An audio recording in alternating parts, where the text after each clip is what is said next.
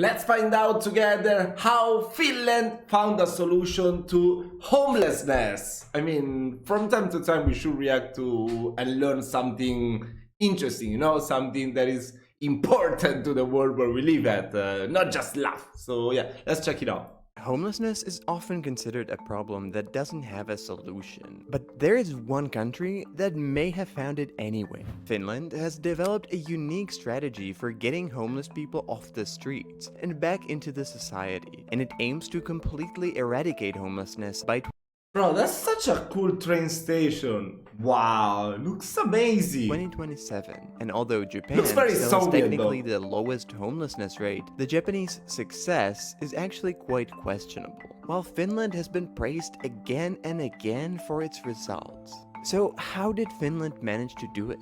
And why aren't we just doing the same thing everywhere else? This is how Finland solved homelessness. But first, a quick message. If you like what I do, explaining how the world works by going beyond the headlines and Outside challenging of what we Italy. think we know about it, do consider becoming a supporter on my Patreon. For just $50, you will help me to make more and better videos, and you'll get bonus content, early access, and you'll get to vote on topics I should cover next. Just go to patreon.com/explainedwithdom to check it out. And now back to the video. Finland is famously the only country in the European Union where numbers of homeless people are actually significantly decreasing, and have been for several decades. And it's not like other European countries are not trying. They all have shelters, organizations giving out aid, and dedicated national strategies, but most of them, including the UK, Germany, or France, still see their numbers going up rather than going down. So what is Finland doing differently? Well, as they say, if you want average results, do the same thing as everyone else. And if you want unique results, you have to use unique methods as well. And so the Finns have turned the traditional approach to homelessness on its head and committed to a radical strategy that became known as housing first. Basically, there's usually a reason why someone ends up homeless, whether it's because of mental illness, drug addiction, because they lost their job, or something else. But the idea behind how most countries approach homelessness is that the person living on the street should start by sorting out those problems first while living in a shelter, and only after that they can get access to permanent housing. This has been called the staircase approach because the homeless person is basically expected to gradually move up through different levels. They are expected to stop taking drugs, undergo mental health treatments, and if they make progress, they can move on, with the permanent housing as a final reward. But the problem is that this approach is not actually very effective. Quitting drugs or managing serious mental health issues is already difficult when you have a home, and it's basically impossible when you're homeless. In other words, we expect people living on the street to do what many regular people are not able to, and so it's not surprising that most homeless people get stuck on one level of the staircase, as they fail to complete the tasks to move on, and eventually they relapse, get evicted, and go back to the street. So Finland, seeing that the traditional approach was not very effective, decided to turn this on its head and try out something very different.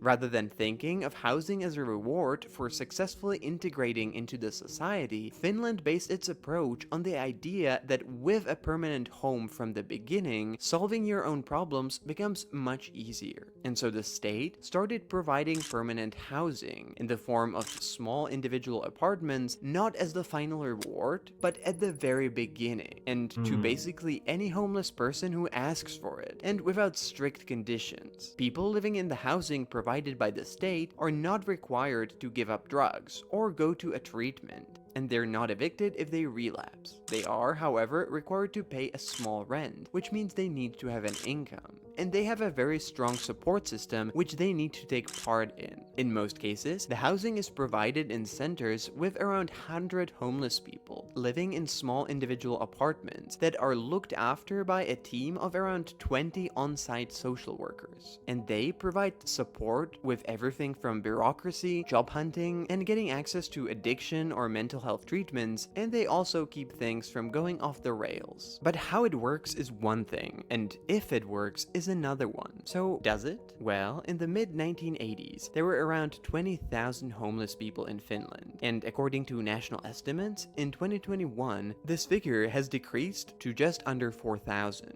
and so it looks like a success. But is it really? The critics of the Finnish system say that this just hides the problem, and the numbers are artificially decreased by putting everyone in government-paid housing, rather than actually reintegrating them into the society. And that is a legitimate criticism. The results are only possible because of the continuous support paid for by the state. The numbers of those who transition from government housing to living completely independently are quite small, and if you would remove the government support, the homelessness numbers would immediately spike once again. But on the other hand, that's the whole point of the policy. You don't need homeless people to turn into model citizens who are addiction-free and who are completely independent. In the Finnish model, it's already considered a success when you get them off the street and into a controlled, safe environment, when they're able to pay a small rent every month, and when they're slowly, one step at a time, reintegrating back into the society. Now, naturally, this costs a lot of money. The Finnish government spends a lot of money on buying apartments and turning them into homeless housing, subsidizing developers who build this housing, heavily subsidizing the rent, and employing a lot of social workers that work with the homeless people. And that's not cheap.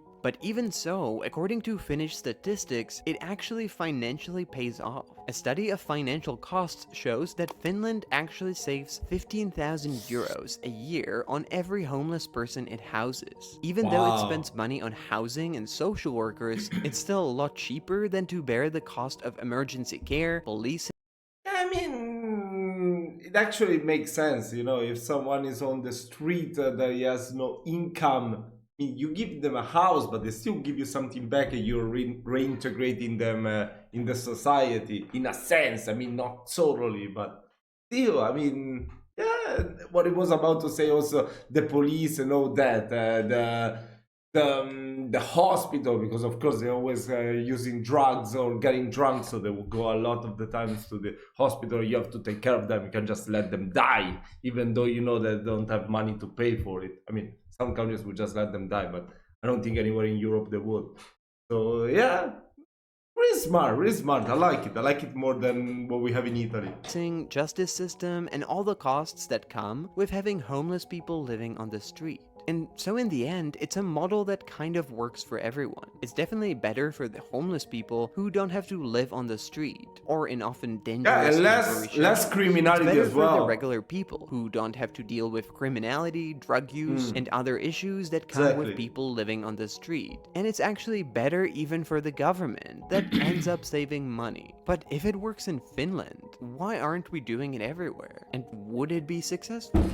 Why? Let me tell you why. You try to do something like that in Italy, nobody's gonna work anymore because they're gonna have a free house and they just have to, I don't know, just ask money. I don't know, maybe you have to pay 200 euro for your rent and then you got everything else included. Bro, you're just gonna ask some of your relatives, or you're gonna work without paying taxes. Yeah, it's gonna be bad if you do it in Italy. It's not gonna work. It's gonna work only in countries where people they have more of like I don't know how to say, like they don't have that mentality to always try to scam the government. Yeah, let's say it that way. Well, that's a tricky question, and there are both practical and ideological reasons why Finland is still unique in this approach. First, even if you wanted to, it's not actually that easy to just take what Finland is doing and apply it somewhere else. For example, the basic condition to give away housing is that you need to have enough of it. And since most countries are going through a housing crisis, that's not that easy. One of the reasons why Finland is able to do it is because cities in Finland tend to own most of the land. And so they're able to use that to build a lot of social housing units. But that's not common. And so even though this policy is successful in Finland, it can fail in other places. California, for example, has been trying the housing first policy as well for the past 10 years, but it hasn't really seen the same results. And that's because it lacks everything that is required for this policy to be successful. Unlike Finland, California has incredibly strict development rules and really expensive real estate, which means that building social housing in large quantities is kind of impossible. And even then, housing is just a part of it. In order to replicate how it works in Finland, you also need a really strong social security system, a lot of social workers, and access to healthcare, mental health institutions, and addiction treatment. But California doesn't really have any of that. But even more than for practical reasons, this policy is often rejected on ideological grounds. There is a deep-rooted idea that homeless people should deserve housing, rather than just get it, and that doing so creates a bad precedent. Even though in this case, that's not really what the data and the evidence are telling us. So although Finland has some unique advantages, this model can be applied elsewhere. But in order to be successful, it requires a lot of invested resources, ability to commit for decades rather than for years, and in the end, it needs to be just a part of a wider, well-functioning system of social safety nets that help people from getting off the ground. And so it looks like Finland will probably keep its unique position for a bit longer. That was really, really interesting. I mean, I'm not very well versed in this topic that we just watched, that we just discovered. But yeah, I think it makes way more sense to just give them a house rather than them deserving to get a house, because yeah, I never experienced that. I mean, I experienced money problem many times. I mean, I still do now. I'm always broke as fuck.